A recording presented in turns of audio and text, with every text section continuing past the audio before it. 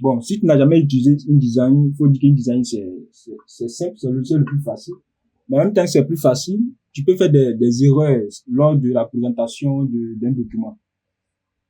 InDesign prend en compte certains détails, c'est-à-dire l'entête, etc., etc. Donc, on va voir tous ces éléments-là dans cette formation, de telle sorte que à la sortie de cette formation, vous puissiez réaliser de belles présentations. Donc, cette formation est divisée en deux parties. On a la partie pas révision, mais la partie où on va mettre certains éléments en pratique. Et puis, au fur et à mesure, on va évoluer sur un projet type, en fait. Donc, sans plus tarder, je vais créer un nouveau document. Je viens là, nouveau fichier. Et puis là, puisque c'est un format A4 que je vais concevoir, donc du coup, je viens dans Impression. Et puis, je choisis le format A4. Si c'était autre type de format, j'allais choisir le format approprié. Mais dans notre cas bien précis, là, c'est le format A4. Donc, je choisis ce format A4. Ensuite, je viens donner un nom à mon document. Je vais l'appeler, par exemple, communiquer. Voilà. Un nom à mon document, je vais l'appeler, par exemple, communiqué de presse. Voilà. Communiqué de presse. Ici, je vais décocher cette partie vis-à-vis. Vis-à-vis, en fait, ça veut dire la disposition des documents seront en zigzag.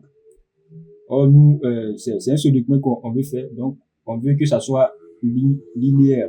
On veut que les documents soient linéaires. Donc, voilà. OK. Donc, ici, après, ici, déjà, c'est les mêmes dimensions. Ici, on décoche cette partie. Nombre de pages.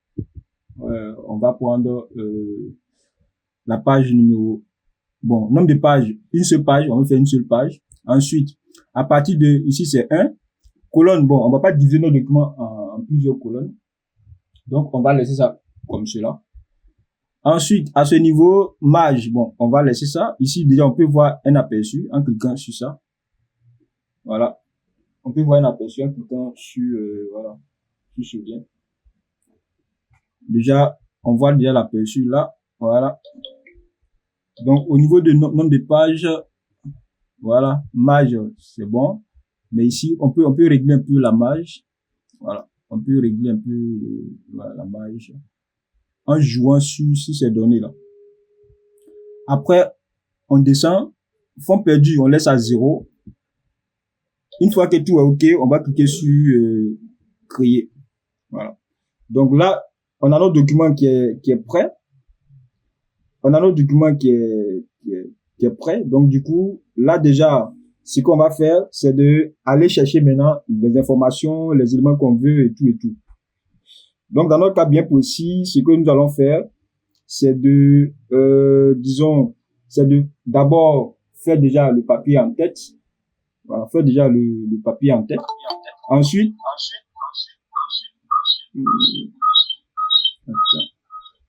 voilà, faire déjà le papier en tête.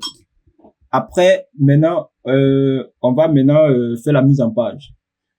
Donc déjà, là, déjà, on peut voir un aperçu en appuyant sur la touche W. Voilà. Quand on appuie sur la touche W, on a un aperçu de notre document.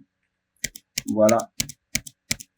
Voilà. Donc, la première étape à faire, c'est de, comment on appelle ça? C'est de faire le papier en tête. Donc, pour faire le papier en tête, puisque le papier en tête, c'est un élément qui va se répéter sur toutes les pages. Même si ici, on a une seule page.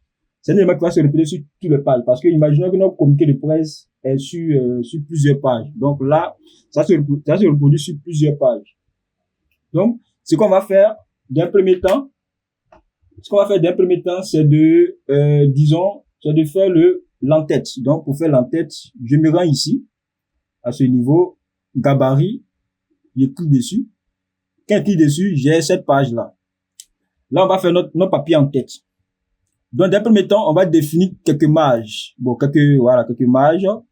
Ici, voilà, il définit ça comme ça. Ensuite, je vais faire le footer. Voilà. Bon, pour afficher la règle, c'est CTRL R. Voilà. C'est le même raccourci que Photoshop. Donc là, on va placer nos logos ici et puis ajouter quelques informations à ce niveau-là. Donc, pour faire cela, on va faire dans le cas de EVC comme travaux pratiques et tout. Donc, on va aller chercher le logo de École virtuelle des créatifs. S'il s'agit de, comme on appelle ça, disons, d'une autre organisation, vous allez aller chercher le logo approprié et puis le faire. Donc, déjà, je viens ici, fichier, importer. Déjà, pour faire une bonne organisation, d'un premier temps, quand vous travaillez sur un nouveau projet,